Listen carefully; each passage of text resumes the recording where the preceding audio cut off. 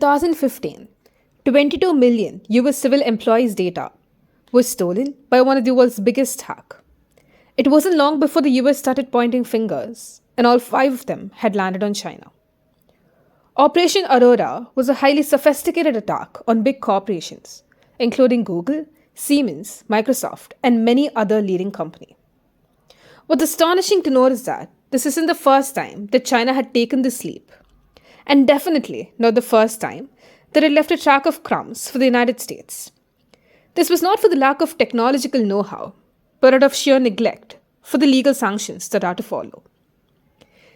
Even back in mid 2006, the US had tracked back pieces of data that the Chinese hackers left behind. The gamble had finally ended, and APT, Advanced Persistent Threat, had the royal flush on the table. Operation Shady Rat had left the world's biggest economy down on its knees. And the final nail in the coffin was when the world knew that APT actors were none other than Chinese soldiers affiliated with the Ministry of State Security. IP theft and cyber espionage are of concern because they're a part of larger Chinese industrial strategy. But China could steal 600 billion in IP and not gain 600 billion in value if it is unable to turn the stolen IP into commercially viable products. It does little good to steal IP if you do not have the expertise to use it.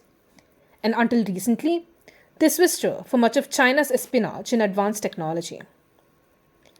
What has really changed in the last decade is that China has realized that acquiring know-how is more important than acquiring IP. In many cases, China now has the money and the skill to use much of the IP it has acquired licitly or illicitly. There are some large multilateral agreements that create temporary protection or ease the process of filing for patent and copyrights in multiple countries. These treaties include the Patent Cooperation Treaty, the Madrid Protocol, and the WTO Agreement on trade-related aspects of intellectual property rights. But these fall short while restricting cyber espionage and need to address the prevailing lacuna while holding countries accountable. So the question now is, what exactly works? Bilateral agreements have helped curb IP theft to some extent. Following the 2015 fiasco, US and China have signed a bilateral agreement addressing the issue. The norm from the state states that neither country's government will conduct or knowingly support cyber-enabled theft of intellectual property, including trade secrets or other confidential business information, with the intent of providing competitive advantage to companies or commercial sectors. It must be noted that the US limited the norm to cyber-enabled IP theft for economic benefits. This excludes other forms of espionage that are conducted for national security benefits.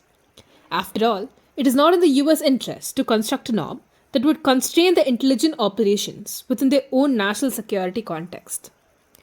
The underlying hope was to get China to accept a distinction between legitimate traditional espionage for political military ends and illegal espionage for commercial ends. But these initiatives have turned futile with growing resistance between the two countries, and the change of leadership has only added to the oppressive stance. China is left with no incentive to honor the agreements signed with the then President Barack Obama. China has attacked the roots of some of the world's leading industries. It has dismantled everything from corporate empires to the smallest of chips. Former FBI Director James Comey stated that there are two kinds of big companies in the United States. There are those who've been hacked by the Chinese and those who don't know that they've been hacked by the Chinese.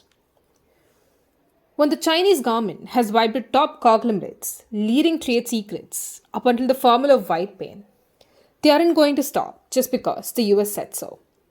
For China, it's a game of life with multiple rivals, currently well prepared to handle the economic sanctions that the US is threatening it with. Engaging in espionage has only left the country with everything to gain.